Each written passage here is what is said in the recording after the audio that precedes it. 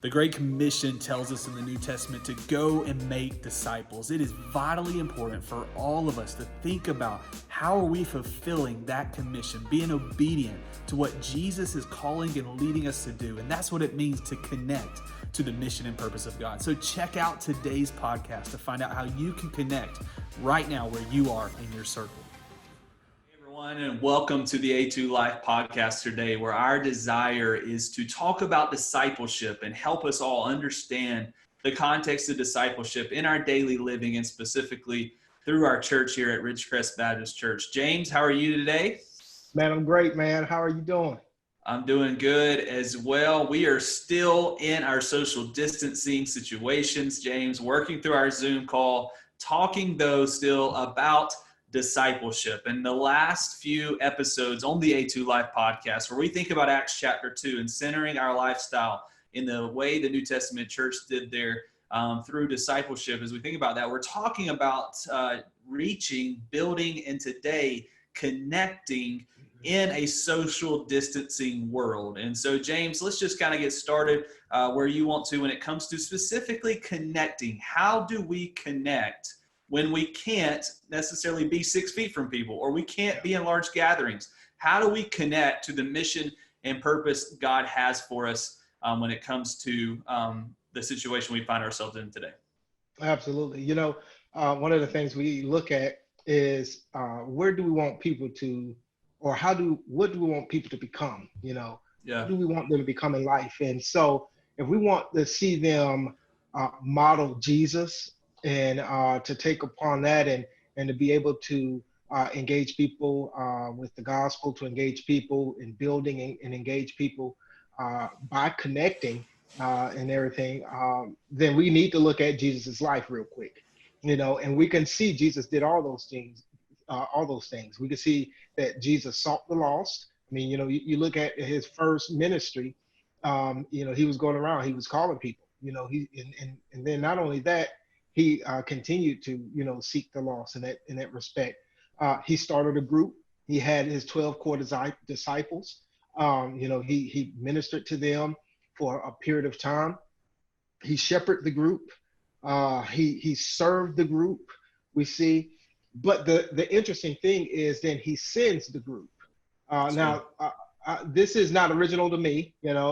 This is Robert Gallaty. He, when I sat under his leadership in a certain amount of time, he had placed this out, and I thought this was fantastic. And so I wanted to use this because this is exactly what Jesus did, and we need to model Jesus in this way. And so we look at how he sent the group.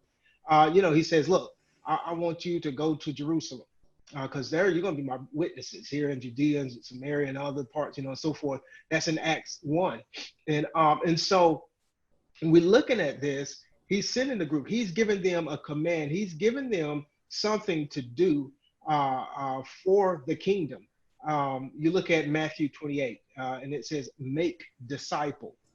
And right. So when you're looking at all of this, okay, this is our connect. We already read over, like you said, you mentioned, we went over reach, build, and now this is our connect. How do we connect to the mission and the purpose of God? What is God calling us to do? What is he having us to do? How are we serving the people?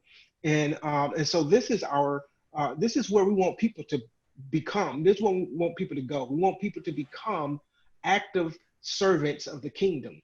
And so, and that is by connecting to whatever God is doing. I think Blackaby said it best. He said, God is always working. We just need to join him, That's and right. So as we are living this life, as we come under the leadership of Jesus and we live this life, we need to take upon this, I would say, this responsibility, because it is a responsibility to go and to do the work of the ministry. We are very fortunate. I mean, because God called us into the ministry, into a vocation of church, in a sense.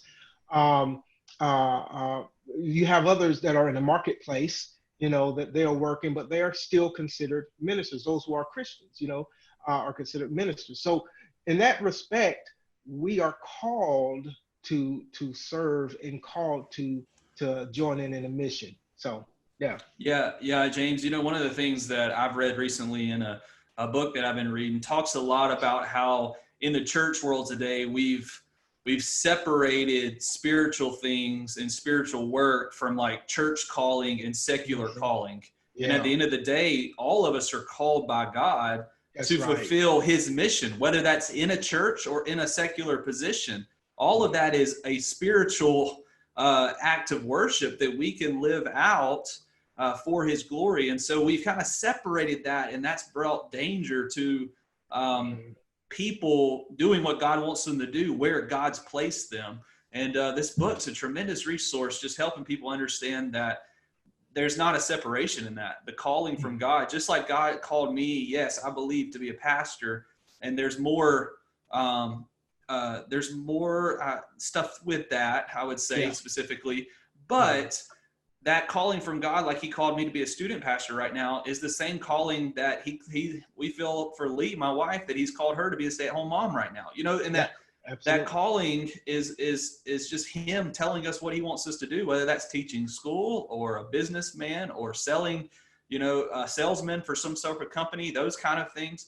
Mhm. All that's a calling, but it's connecting. I like to think about connecting in this way, James, like wherever God's placed you, right in that moment, you do what he wants you to do for his glory. That's right. That's right. That's good. That's good. And we see that in the scriptures. I mean, you look at Paul. Paul, yes, Paul was a Pharisee. Paul, he was struck by light, and he encountered God and so forth, and he served God faithfully, putting the mission out there. But Paul was a bivocational pastor. I mean, if you Right, want to look at it, because Paul was a tent maker, and Paul right, did tent making. And right, so and he was used, and he allowed God to use him in any area that he was in. I mean, we take anybody for instance. I mean, you look at I believe it's Lydia, who was the worker of dyes and stuff of that nature. I mean, she was ministered to. She heard Paul, and she went back into her place and began to spread the gospel. I mean, she used what God has given her in a platform which God has given her to use for His glory.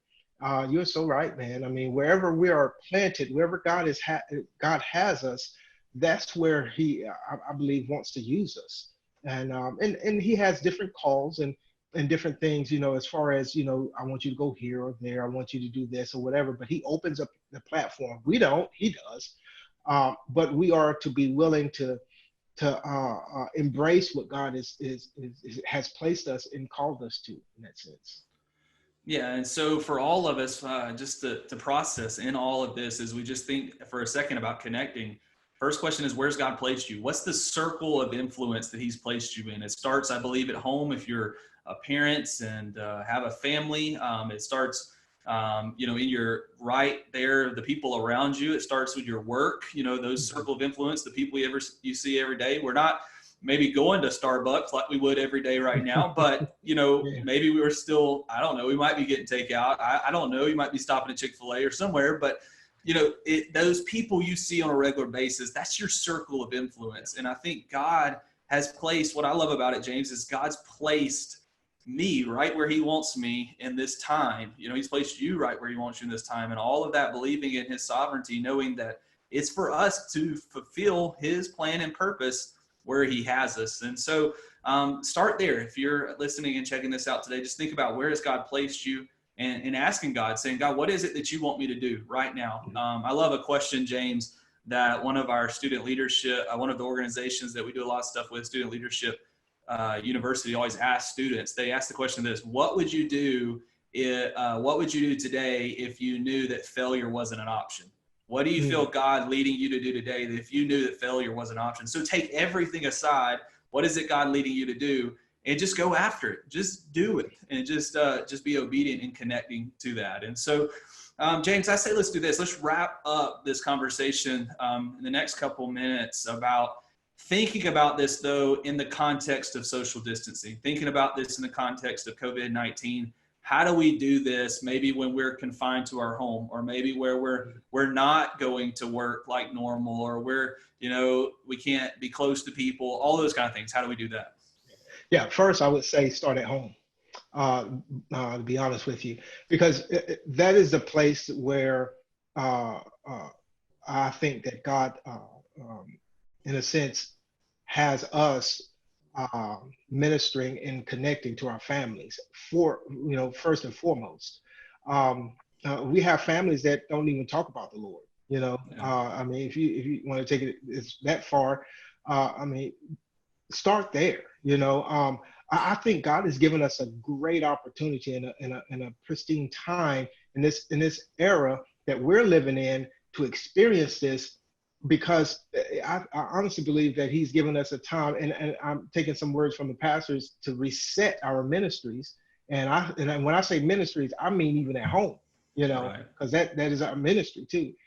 In being able to engage our children, our spouse, or if you're by yourself, to even engage with the Lord, and God, I need a reset. Right, Um, right. but from there and beyond, when you're looking at people around your neighborhood, go there. Say for instance, you're doing good in your family. You've been doing all those things, and now hey, I need to branch out. I need to come in contact with some folks, obviously with social distancing. But uh, start, even with your neighborhood, your neighbor. Do you know your neighbor? I mean, do you know what's going on with your neighbor? I mean, just things like that. It's just simple things. I don't think I think we make the gospel too complicated. I think That's good. we make things as far as connecting too complicated. And God is. It's interesting how God has done this thing. We were ministering to thousands of folks, and that's good, and that's awesome, and that's great. But it's now scaled down to where we are tied to our homes, and we have this opportunity to know our neighbor, That's to good. know those around us, and to affect lives like that, and so forth. It seems as so many times what we do when everything is going well, if we do this, we go outside of our neighborhood and we start witnessing, instead of going inside of our neighborhood, staying inside of our neighborhood and witnessing, or to engaging in conversation, gospel conversations in that way.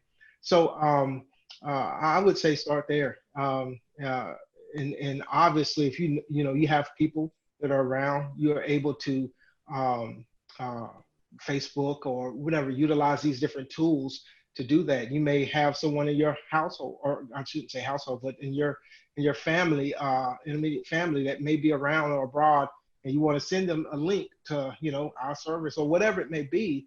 You have that opportunity to connect that way. But you're being the hands and feet of Jesus. You're helping that person. You're helping your family. You're helping the neighbor. You are engaging in ministry.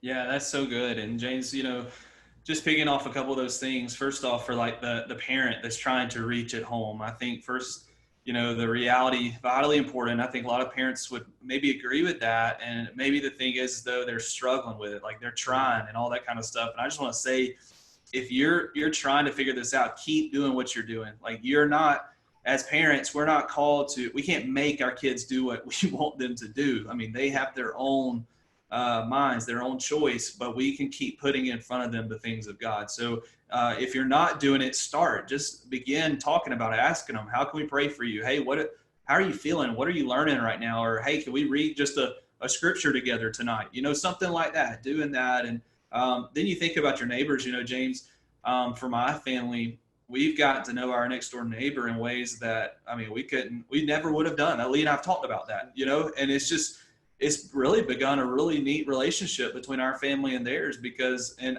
like Lee and I said the other day, we would never have had this relationship if it wasn't for where we're at right now. They have a little kid. We have obviously all our little kids. And so it's just like a time for us, to be with them. And then, I love what you said about social media, because I mean, we can be very negative about it, but when a time like this, I mean, it's an opportunity. And so texting somebody, like you said, sending them a link, I think that's a great way.